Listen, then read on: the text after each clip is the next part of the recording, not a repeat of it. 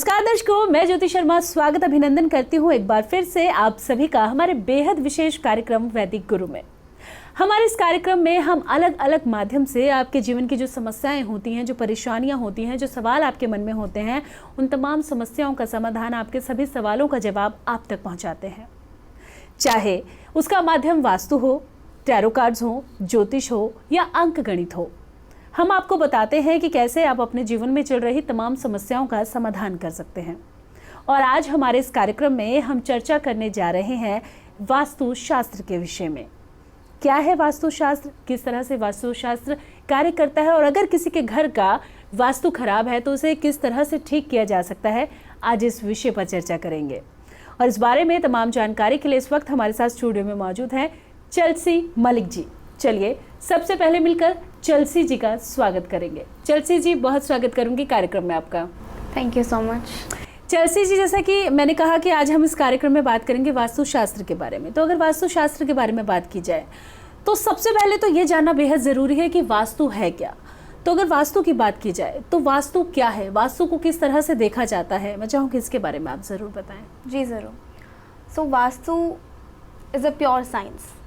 बहुत से लोग इसे मिथोलॉजी मानते हैं जी, लेकिन ये अक्सर होती ही एक साइंस ही है which travel with all the sets of energy. हर स्पेस की अपनी एक एनर्जी होती है जो कि डिपेंड करती है उसकी प्लेसमेंट पे, उसके कलर पे, उसके स्ट्रक्चर पे, एंड वही डिपेंड करती है कि वो आपकी लाइफ में क्या रोल प्ले कर रहा है, whether it is positive, whether it is negative. So इसे हम वास्तु बोलते हैं, which is known as a pure science. It's not a mythology, it acts as a science which play as a gravitational force।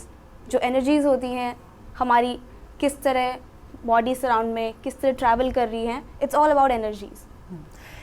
तो आपने वास्तु शास्त्र को सीखा है, आपने वास्तु शास्त्र को जाना है, तो अब बात की जाए आपके all India institute of occult science की, तो आप किस तरह से अपने इंस्टीट्यूट से जुड़े और कितना समय में आपने ये कोर्स सीखा और किस तरह का आपका एक्सपीरियंस रहा, मैं चाहूँगी इसके बारे में भी आप ज़रूर बताएं। जी, सो I'm like a student of interior designing, so vastu हमारे लिए भी इतना इम्पॉर्टेंट है जितना आजकल की सबकी लाइफ्स में इम्पॉर्टेंट है। So through this I got an idea कि मैं वास्तु करूँ। So I've connected to the Occult Science of Institute where I've learned Vastu in 2 months. Like the first one is about the commercial home Vastu and the second one is about the commercial one. So I've done both the field, whether it is residential or it is commercial. So through इससे आप get the opportunities कि मैं दूसरे लोगों की भी help कर सकूँ, उनकी लाइफ में जो प्रॉब्लम्स है I can solve them, resolve them. So this is how I've connected to the occult science, and the experience which I've got from there is brilliant because they are very helpful. The staff and the faculty are very helpful and very great. So it was a wonderful experience with that. जी, तो बिल्कुल Chelsea जी, हमने जाना कि वास्तु क्या है और आपका interest कैसे इस तरफ हुआ। तो अब अगर बात की जाए वास्तु शास्त्र की, और हमारे घर में सबसे अहम चीज़ होती है घर का वास्तु।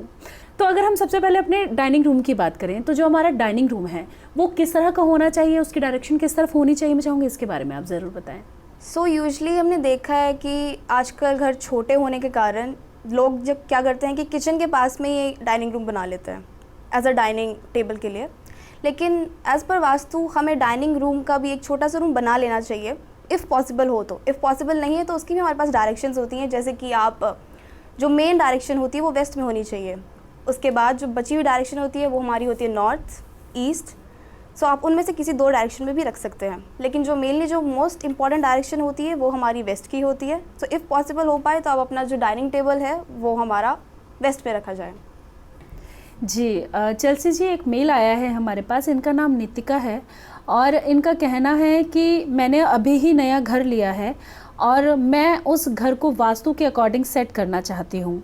तो मैं चाहती हूँ कि जब भी मैं उस पर काम शुरू करूँ तो आप मुझे बताएं कि मैं अपने घर का मेन मंदिर और हमारे घर का जो किचन है वो किस डायरेक्शन में रखूँ ताकि जो मेरा वास्तु है वो अच्छा रहे। मंदिर के लिए सबसे स्पेसिफिक प्लेस जो बताई गई, जो बेस्ट बताई गई है, वो हमारी नॉर्थ ईस्ट है। अगर आपका मंदिर नॉर्थ ईस्ट में है तो बहुत अच्छी बात है। अगर आपका मंदिर नॉर्थ ईस्ट में नहीं बन पा रहा है तो आप उसको नॉर्थ या फिर ईस्ट में भी रख सकते हो। मतलब जो बेस्ट माना जाता है वो नॉर्थ ईस्ट ही कहलाता है। अगर नॉर्थ ईस्ट है तो उससे अच्छा कुछ भी नहीं है, लेकिन अगर आपको नॉर्थ ईस्ट नहीं मिल रहा है तो you can go with the north और you can go with the east.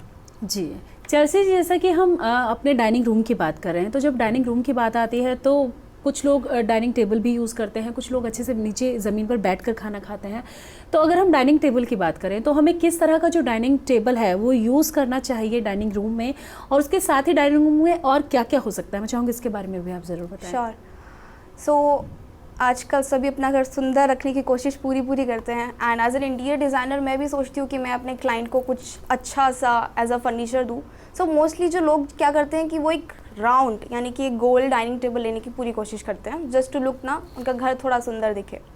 लेकिन हमें हमेशा डाइनिंग टेबल रेक्टेंगल या फिर स्क्वायर में ही लेना चाहिए, बिकॉज जो राउंड सर्कल वाला डाइनिंग टेबल होता है वहाँ पे घर में जो डिसीजंस होते हैं, जो बड़े के होते हैं छोटे के होते हैं, वो कभी डिसीजंस ले नहीं पाते बिकॉज वो ट्रैवल करते रहते हैं, तो सभी हेड बन जाते हैं, इस वजह से कोई डिसीजन निकल नहीं पाता। सो इट्स बेटर कि आप जब अपने घर के लिए कोई डाइनिंग टेबल ले रहे हो तो इट शुड बी रेक्टेंगल और स्क्वायर। चेल्सी जी, जैसा कि हम डाइनिंग रूम की बात कर रहे हैं, तो डाइनिंग रूम की बात हो रही है तो घर के खाने की भी बात होगी कि हम खाना खा रहे हैं, तो हम कौन सी डायरेक्शन में बैठकर खाना अवॉइड कर सकते हैं कि हमें इस डायरेक्शन में बैठकर खाना नहीं खाना चाहिए, मैं चाहूँगी इसके बारे में भी आप ज़रूर बताएं। ये बहुत इंपॉर्टेंट चीज़ है। भले ही आपका डाइनिंग टेबल वेस्ट में ना रखा जाए, आपको स्पेस ना मिले कि आपका डाइनिंग टेबल वेस्ट में ना हो, लेकिन इट्स वेरी इंपॉर्टेंट कि आप किस तरफ फेस करके खाते हो, सबसे ज़्यादा ज़रूरी चीज़ यही होती है। सो अवॉइड करने की बात जहाँ आती है तो आपको साउथ जो डायरेक्शन है उसको बहुत अवॉइड करना चाहिए। अगर आप साउथ की तरफ फेस करके खाओगे तो आपको हेल्थ इश्यूज़ की प्रॉब्लम हो सकती है। सो इट्स बेटर कि आप जो फेस करके खाते हो, सबसे अच्छा रहेगा अगर आप नॉर्थ में खाएं, दूसरा अच्छा रहेगा ईस्ट में खाएं, और वेस्ट चल सकता है। चेल्सी जी, अगला मेल हमारे पास आया है और इनका नाम है वेदिका। इन्होंने अभी हाल ही में नए घर में शिफ्ट किया है और ये जानना चाहती हैं कि इनका जो बेडरूम है उसमें ये इनकी सोने की जो डायरेक्शन है वो किस तरफ की होनी चाहिए, ताकि जो इनका तबीयत है, सेहत है, हेल्थ है वो भी ठीक रहे और किसी तरह की कोई प्रॉब्लम भी ना हो वास्तु के अकॉर्डिंग। मेन जो मैटर करता है हमारा सोने पे मैटर करता है कि आप किस तरफ सर रख के सोए। आपका जो बेड का जो सिरहाना होना चाहिए वो हमारा साउथ की तरफ होना चाहिए। अगर आपका साउथ पॉसिबल नहीं हो पा रहा है तो आप उसको ईस्ट की तरफ रख सकते हैं। मेनली जो मोस्ट इंपॉर्टेंट चीज़ आपको ध्यान में रखनी है कि आप अपना सर नॉर्थ की तरफ रख के ना सोए, बिकॉज वो आपकी हेल्थ के लिए भी अच्छा नहीं रह सकता और आपकी फैमिली पे भी इशू पड़ सकते हैं।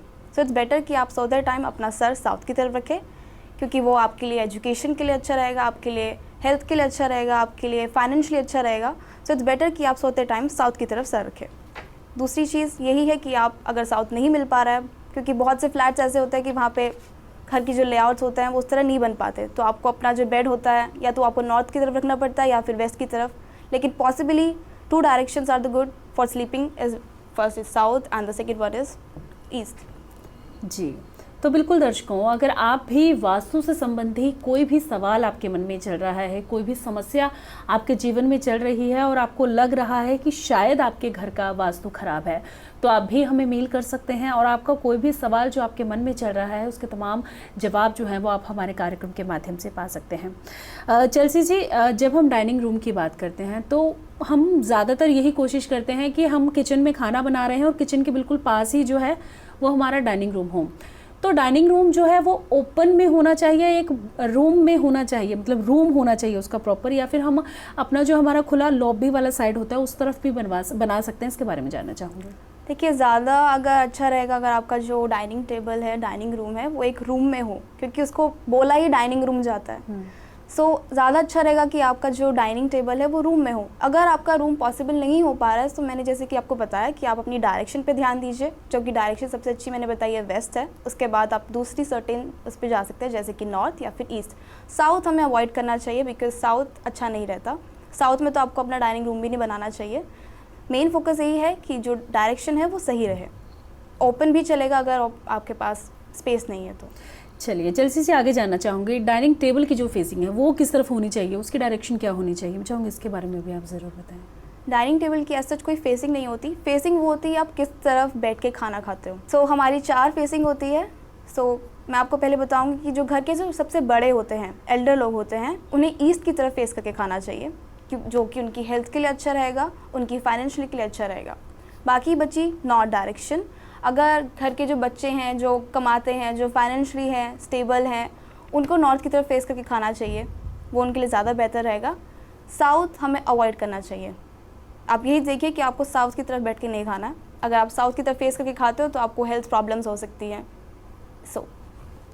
जी चेल्सी जी, आगे अगर बात की जाए घर की स्टेयर्स के बारे में, तो घर का जो स्टेयर्स वाला पार्ट होता है वो भी हमारे घर का मेन हिस्सा होता है। तो अगर हम बात करें स्टेयर्स के बारे में, तो उनके लिए बेस्ट डायरेक्शन कौन सी है, इसके बारे में आप बताएं।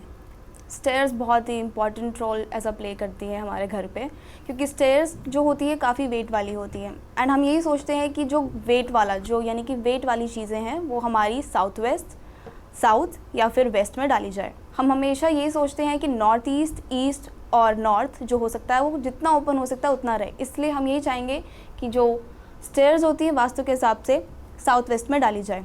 उसके बाद आप वेस्ट में भी डाल सकते हैं, साउथ ईस्ट में भी डाल सकते हैं, साउथ में भी डाल सकते हैं, और अगर पॉसिबली अगर बहुत ज़्यादा इमरजेंसी है तो आप उसको नॉर्थ वेस्ट में भी डाल सकते हैं, लेकिन नॉर्थ और ईस्ट को अवॉइड करना ज़्यादा सही रहेगा। चेल्सी जी, अगर हम घर के वास्तु की बात कर रहे हैं तो घर के अंदर हर चीज़ का अपना एक महत्व होता है, अपनी एक इम्पॉर्टेंस होती है। चाहे वो हमारा किचन एरिया हो, चाहे वो हमारा मंदिर हो, डाइनिंग रूम हो, या हमारी लॉबी हो, या फिर हमारा बेडरूम हो। हम सबसे ज़्यादा टाइम जो स्पेंड करते हैं या फिर अपने किचन में करते हैं या फिर हम अपने बेडरूम में करते हैं। लेकिन एक ऐसा समय जहां हम खुद को पॉजिटिव महसूस करते हैं, हमें बहुत अच्छा लगता है, हम बहुत पॉजिटिव हो जाते हैं, वो होता है हमारा मंदिर घर। तो बहुत सारे मेल्स जो हैं वो हमारे पास आते हैं और अक्सर उनका सवाल होता है कि घर में अगर हम मंदिर बना रहे हैं तो मंदिर कौन सी दिशा में हो, मंदिर में जो मूर्तियां रख रहे हैं वो किस दिशा में हो।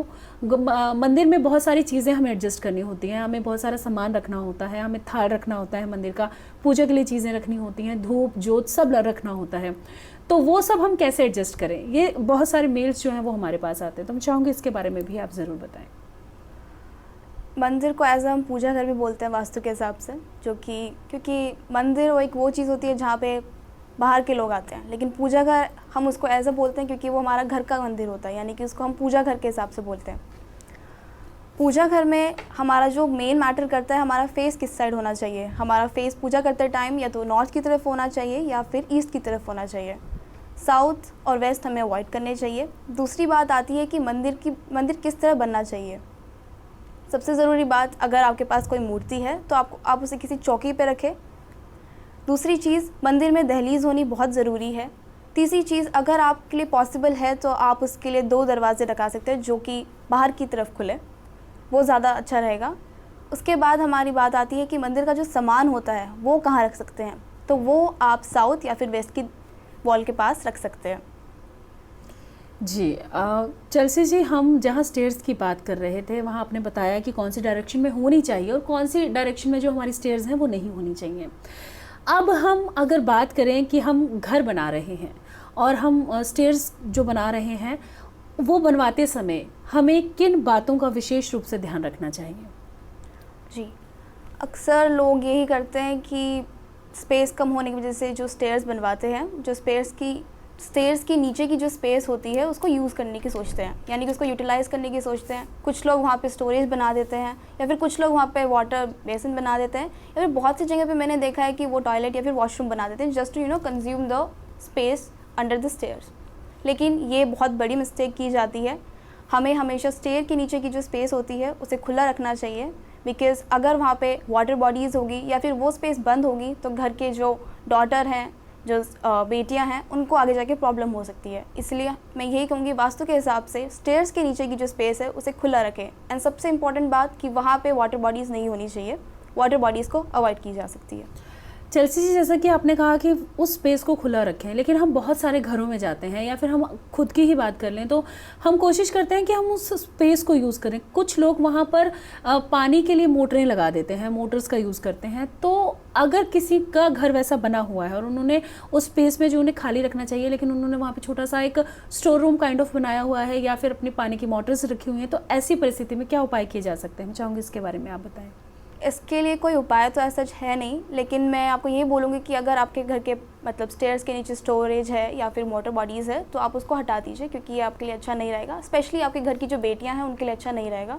सो इट्स गुड कि आप जो स्टेयर के नीचे का एरिया है उससे खुला रखें, एज अ ओपन स्पेस दीजिए, वो आपके लिए अच्छा रहेगा। It will be beneficial.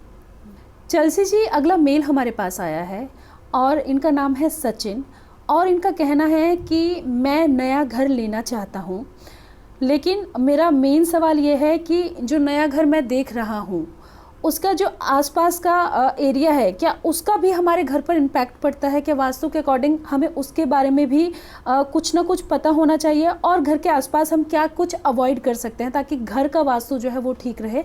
Sachin ji इसके बारे में जानना चाहते हैं। जी बिल्कुल। घर, अगर आप कभी कहीं घर ले रहे हो तो आपको सबसे पहले घर के अंदर से पहले आपको घर के बाहर का वास्तु चेक करना ज़्यादा ज़रूरी है, क्योंकि आपकी सराउंडिंग्स ही मैटर करती है आपकी लाइफ पे। सबसे इम्पॉर्टेंट चीज़ यही है कि आपके घर के पास मंदिर नहीं होना चाहिए। अगर आपके घर के पास मंदिर है तो आप प्लीज़ उस चीज़ को अवॉइड कीजिएगा। दूसरी चीज़ ये है कि घर के बाहर पोल नहीं होना चाहिए, वाटर बॉडीज़ नहीं होनी चाहिए, मैन होल नहीं होना चाहिए। मेनली आपको वाटर बॉडीज़ अवॉइड करनी है, एंड कीचड़ नहीं होना चाहिए, क्योंकि आप सब ये सोचते हो कि घर जो लें तो घर की जो सराउंडिंग हो वो साफ़ सुथरी हो, इसलिए इन चीज़ों का ध्यान रखना बहुत ज़रूरी है। दूसरी सबसे बड़ी चीज़ है कि वेद, यानी कि टी पॉइंट्स। घर के सामने टी पॉइंट नहीं होना चाहिए। अगर टी पॉइंट है तो आप प्लीज़ उसको अवॉइड करिएगा। जी तो बिल्कुल दर्शकों, हम जब भी कभी नया घर लेने के लिए सोचते हैं तो हमारी ये कोशिश होती है कि घर के आसपास मंदिर हो, हॉस्पिटल हो, और जो भी हमारी जो फैसिलिटीज़ हैं हमें अवेलेबल हो सकती हैं हम उस हिसाब से घर लें। लेकिन वास्तु के अकॉर्डिंग घर के आसपास मंदिर नहीं होना चाहिए, घर के आसपास हॉस्पिटल नहीं होना चाहिए, क्योंकि मंदिर में जो लोग आते हैं अपनी नेगेटिव ऊर्जा को निकालने के लिए आते हैं। तो अगर नेगेटिव ऊर्जा मंदिर के आसपास है और आपका घर उसके आसपास है तो कहीं ना कहीं जो है वो आप पर भी उसका इम्पैक्ट जो है वो पड़ सकता है। तो जब भी आप नया घर लेने जा रहे हैं या नया घर लेने का प्लान कर रहे हैं तो कोशिश करें कि आपका घर ऐसी जगह पर हो जो वास्तु के अकॉर्डिंग भी ठीक हो। टी पॉइंट को भी आपको अवॉइड करना है ताकि किसी भी तरह की कोई भी परेशानी वास्तु के अकॉर्डिंग आपको ना हो। और अगर परेशानी होती है तो आप हमारे कार्यक्रम के माध्यम से हमें मेल कर अपने तमाम सवालों के जवाब जान सकते हैं। जब हम वास्तु की बात करते हैं तो हम सबसे पहले घर की बात करते हैं। घर की बात आती है तो हमारे अपनों की बात आती है, उनकी हेल्थ की बात आती है, हमारे बच्चों की बात आती है, और जब बच्चों की बात आती है तो उनकी स्टडी की बात भी आती है। तो अब हम बात करेंगे स्टडी रूम के बारे में। बच्चों का स्टडी रूम किस तरह का होना चाहिए ताकि उनका मन पढ़ाई में लग सके, वो अच्छे से पढ़ सके, इसके बारे में चर्चा करेंगे। तो चलसी जी, अब आपसे मैं बात करूंगी स्टडी रूम के बारे में। जैसे कि मैंने कहा कि घर में सब कुछ इम्पॉर्टेंट है, आप भी इम्पॉर्टेंट हो, आपके बच्चे भी इम्पॉर्टेंट है, आपका जो डाइनिंग रूम है वो इम्पॉर्टेंट है, आपकी किचन इम्पॉर्टेंट है, आपका पूजा बेडरूम सब कुछ इम्पॉर्टेंट है। लेकिन सबसे ज़्यादा इम्पॉर्टेंट है आपके बच्चों का फ्यूचर, और बच्चों के फ्यूचर के लिए हमें आज से ही प्लान करना पड़ता है। और जब हम आज से ही चीज़ों को प्लान करते हैं तो सबसे पहले हमें उनका स्टडी रूम जो है उसको ध्यान में रखना होता है। तो अगर बात की जाए बच्चों के स्टडी रूम की, तो बच्चों का स्टडी रूम जो है वो किस तरह का होना चाहिए, किस डायरेक्शन में होना चाहिए? सबसे पहला सवाल तो यही है कि किस डायरेक्शन में होना चाहिए। मैं चाहूँगी इसके बारे में आप ज़रूर बताएं।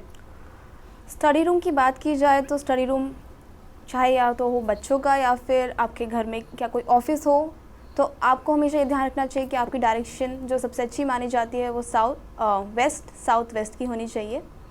दूसरी चीज़ ये ध्यान रखने की है कि उस रूम में डोर्स विंडोज़ किधर होनी चाहिए।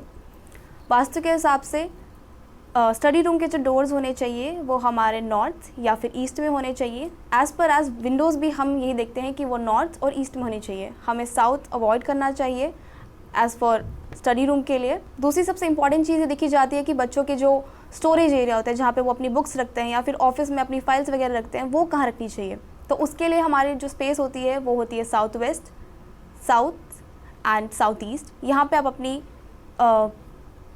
स्टोरेज रख सकते हैं। चलसी जी, जब बात चल रही है आपके स्टडी रूम की, तो बच्चों का जो स्टडी रूम है उसमें उनका स्टडी टेबल जो है उसका फेसिंग किस डायरेक्शन में होना चाहिए? मतलब बच्चे जब पढ़ाई करें तो वो किस डायरेक्शन पर मुंह कर पढ़ाई करें? मैं चाहूँगी इसके बारे में आप बताएं। पढ़ते टाइम बच्चों का फेस जो होना चाहिए वो नॉर्थ की तरफ होना चाहिए। यानी कि जब पढ़ते टाइम आपका फेस नॉर्थ की तरफ होगा तो बच्चा ज़्यादा फोकस्ड रहेगा दूसरी जो डायरेक्शन हमारे पास होती है वो ईस्ट की होती है। अगर आपके घर में वो पॉसिबल नहीं हो पा रहा है तो आप ईस्ट की तरफ भी फेस कर सकते हैं, लेकिन मोस्ट इंपॉर्टेंट जो डायरेक्शन होती है वो हमारी नॉर्थ की तरफ होती है। पढ़ते टाइम बच्चे का फेस जो होगा और नॉर्थ की तरफ रहेगा तो बच्चा मोर फोकस्ड रहेगा एंड फ्यूचर भी उसका ब्राइट भी रहेगा। तो बिल्कुल चलसी जी, हमने बात की बच्चों के स्टडी रूम के बारे में, बच्चों का स्टडी रूम जो है वो किस तरह का होना चाहिए, उनका फेस किस तरफ होना चाहिए, लेकिन स्टडी रूम के बाद हम बात करेंगे अपने बेडरूम के बारे में। जो हमारे घर का बेडरूम है वो किस तरफ होना चाहिए, हमारा जो चीज़ें हैं उसमें क्या क्या अवॉइड करनी चाहिए, इसके बारे में बात करेंगे। और बहुत सारे मेल्स भी लगातार हमें आते हैं और एक मेल हमारे पास आया है और इनका नाम है तृप्ता और इनका कहना है कि घर पे हम टीवी कौन सी वॉल पर लगाएं और हमें घड़ी कौन सी वॉल पर लगानी है, टीवी के साथ ही क्या हम घड़ी लगा सकते हैं, इसके बारे में तृप्ता जानना चाहती हैं। जी, बहुत से लोग जो होते हैं टीवी को अवॉइड कर देते हैं, यानी कि वो नहीं सोचते कि उन्हें टीवी किस वॉल पे लगाना चाहिए। वो अपने सोफ़े सिटिंग के हिसाब से टीवी लगा देते हैं, लेकिन ऐसा नहीं होना चाहिए। टीवी की भी एक स्पेसिफिक डायरेक्शन होती है एज़ पर एज़ वास्तु के हिसाब से। तो जो हमारा टीवी होता है वो नॉर्थ की वॉल पे लगना चाहिए, क्योंकि वहाँ से हमारा फोकस अच्छा बनता है और हमें टीवी देखने में परेशानी नहीं होती। इसीलिए अगर आप कभी भी टीवी लगाने का सोच रहे हैं तो हमेशा नॉर्थ की वॉल पे लगाएं। दूसरी बात आती है हमारी क्लॉक की, यानी कि घड़ी की, जो कि बहुत इंपॉर्टेंट फैक्टर है हमारे वास्तु में। तो हमारी जो वॉच होती है उसे हमें नॉर्थ की वॉल पे ही लगाना चाहिए। जी, तो बिल्कुल दर्शकों, हम बात कर रहे हैं घर के वास्तु के बारे में। वास्तु हमारे घर में, हमारे जहाँ हम रहते हैं वहाँ कितना इम्पोर्टेंट है, इसके बारे में बात कर रहे हैं। अब जब हम घर में रहते हैं तो जैसे कि मैंने कहा कि बेडरूम जो है वो बहुत इम्पॉर्टेंट हिस्सा होता है। मतलब मैं अगर अपनी बात करूँ तो मेरे 24 घंटे में से कम 23 घंटे तो जो है वो मैं बेडरूम में ही बिताती हूँ, मैं कहीं और जाना अवॉइड करती हूँ। तो अगर बेडरूम की बात करें तो ऐसी कौन सी चीज़ है जो हमें अपने बेडरूम में अवॉइड करनी चाहिए, मैं चाहूँगी इसके बारे में आप ज़रूर बताएं। अगर हम बात करें बेडरूम की तो सबसे इम्पॉर्टेंट चीज़ यही होती है बेड की। तो हमारा बेड किस तरफ होना चाहिए, यानी कि सोते टाइम हमारे बेड की जो फेसिंग है वो किधर होनी चाहिए। जैसे मैंने आपको पहले बताया कि अगर आप सो रहे हैं तो आपका सिरहाना जो होना चाहिए वो हमारा साउथ की तरफ होना चाहिए या फिर ईस्ट की तरफ होना चाहिए। आपको नॉर्थ और वेस्ट अवॉइड करना चाहिए। दूसरी बड़ी बात ये होती है कि कई बार हम अपने बेड के ऊपर एसी लगा देते हैं या फिर कोई बीम लगा देते हैं, तो हमें वो नहीं लगानी चाहिए, हमें उसे अवॉइड करना चाहिए। तीसरी चीज़ कि बेडरूम में कोई भी भगवान जी की मूर्ति या फिर कोई पिक्चर नहीं होनी चाहिए, आपको उसे अवॉइड करना चाहिए। फिर उसके बाद आती है हमारी डोर्स एंड विंडोज़, यानी कि हमने जैसे कि बात की कि जो पॉजिटिव एनर्जीज होती है वो फ्लो करती है एज हमारी नॉर्थ और ईस्ट की तरफ। तो हमारी जो विंडोज़ होनी चाहिए और डोर्स होने चाहिए बेडरूम के लिए, वो हमारे ईस्ट या फिर नॉर्थ में हो सकते हैं। चेल्सी जी, बेडरूम की बात हो रही है, तो अगर हम बेडरूम की बात कर रहे हैं और अगर किसी ने अपने जो तिजोरी है जहाँ वो पैसे रखते हैं या अपनी इंपॉर्टेंट कोई भी चीज़ रखते हैं, तो वो बेडरूम में कौन सी दिशा में होनी चाहिए, मैं चाहूँगी इसके बारे में भी आप ज़रूर बताएं। जी, मोस्टली बहुत से लोगों के पास तिजोरी होती है, लेकिन किसी के पास नहीं होती है तो वो अपनी तिजोरी जो होती है वो उसको अलमारी में बना लेते हैं। तो उसके लिए आपको ये ध्यान रखना चाहिए कि तिजोरी जो है आपकी अलमीरा में, उसका फेसिंग हमेशा नॉर्थ की तरफ या फिर ईस्ट की तरफ खुलना चाहिए। यानी कि आपकी तिजोरी साउथ की तरफ होनी चाहिए एंड उसका खुलते टाइम जो फेस होना चाहिए वो हमारा नॉर्थ की तरफ होना चाहिए। और अगर आपकी तिजोरी वेस्ट में है तो उसका फेस खुलते टाइम ईस्ट की तरफ होना चाहिए। ये चीज़ आपका ध्यान रखने की ज़रूरत है। दूसरी बात ये कि तिजोरी हमें सामने नहीं बनानी चाहिए, यानी कि अलमारी खुलते टाइम हमें तिजोरी नहीं दिखनी चाहिए। आप तिजोरी या फिर ऊपर बना सकते हो या फिर नीचे बना सकते हो। तो वो ज़रूरी चीज़ है कि मतलब खुलते ही आपकी तिजोरी आपको दिख रही है तो वो चीज़ अच्छी नहीं है। तो आपको जो तिजोरी है वो आप अपनी ऊपर बना सकते हो या अलमीरा के, या फिर नीचे बना सकते हो। जी, तो बिल्कुल दर्शकों, हमने बात की बेडरूम के बारे में। हमारा जो बेडरूम है उसमें क्या क्या चीज़ें जो है हमें अवॉइड करनी चाहिए, इसके साथ ही हमने बात की है कि घर का जो टीवी है, अगर हम बात करें नॉर्मली जहां हमारा सोफ़ा सेट हो रहा है, हम पहले सोफ़े को प्रेफरेंस देते हैं कि हमारा सोफ़ा यहाँ सेट हो गया, अब ये खाली दीवार बची है, अब हम यहाँ पर टीवी लगा देते हैं। और हम वॉच भी है जो वो घर के किसी भी दिशा में लगा देते हैं, किसी भी वॉल पर लगा देते हैं। तो इन चीज़ों का हमें विशेष रूप से ध्यान रखना चाहिए क्योंकि वास्तु के अकॉर्डिंग इनका बहुत महत्व है और अगर हम इन चीज़ों को अवॉइड करेंगे तो हमें परेशानियां हो सकती हैं, समस्याएं हो सकती हैं। चलिए, हमने बात की है, अब आगे हम बात करेंगे वॉशरूम के बारे में। अगर पहले के समय की बात की जाए तो पहले के समय में घर से काफ़ी दूर वॉशरूम बनाए जाते थे और लोग उनको यूज़ भी करते थे, लेकिन आज के समय की बात की जाए तो हर बेडरूम के साथ एक अटैच्ड वॉशरूम होता है और हर घर में ऐसा होता है। अब तो गांव में भी, पहले गांव में जो थे वो वॉशरूम दूर बनाए जाते थे, लेकिन अब गांव में भी जो है वो वॉशरूम नज़दीक बनाए जाते हैं, बेडरूम्स में ही बना दिए जाते हैं अटैच वॉशरूम। तो उनका क्या फ़ायदा है, क्या नुकसान है, इसके बारे में चर्चा करेंगे। इसके साथ ही हमें वॉशरूम कौन सी डायरेक्शन में बनाना चाहिए और क्या कुछ अवॉइड करना चाहिए, इसके बारे में भी बात करेंगे। जी चेल्सी जी, आपसे जानना चाहूँगी। Toilet and washroom as a बहुत ही बड़ा फैक्टर है वास्तु में।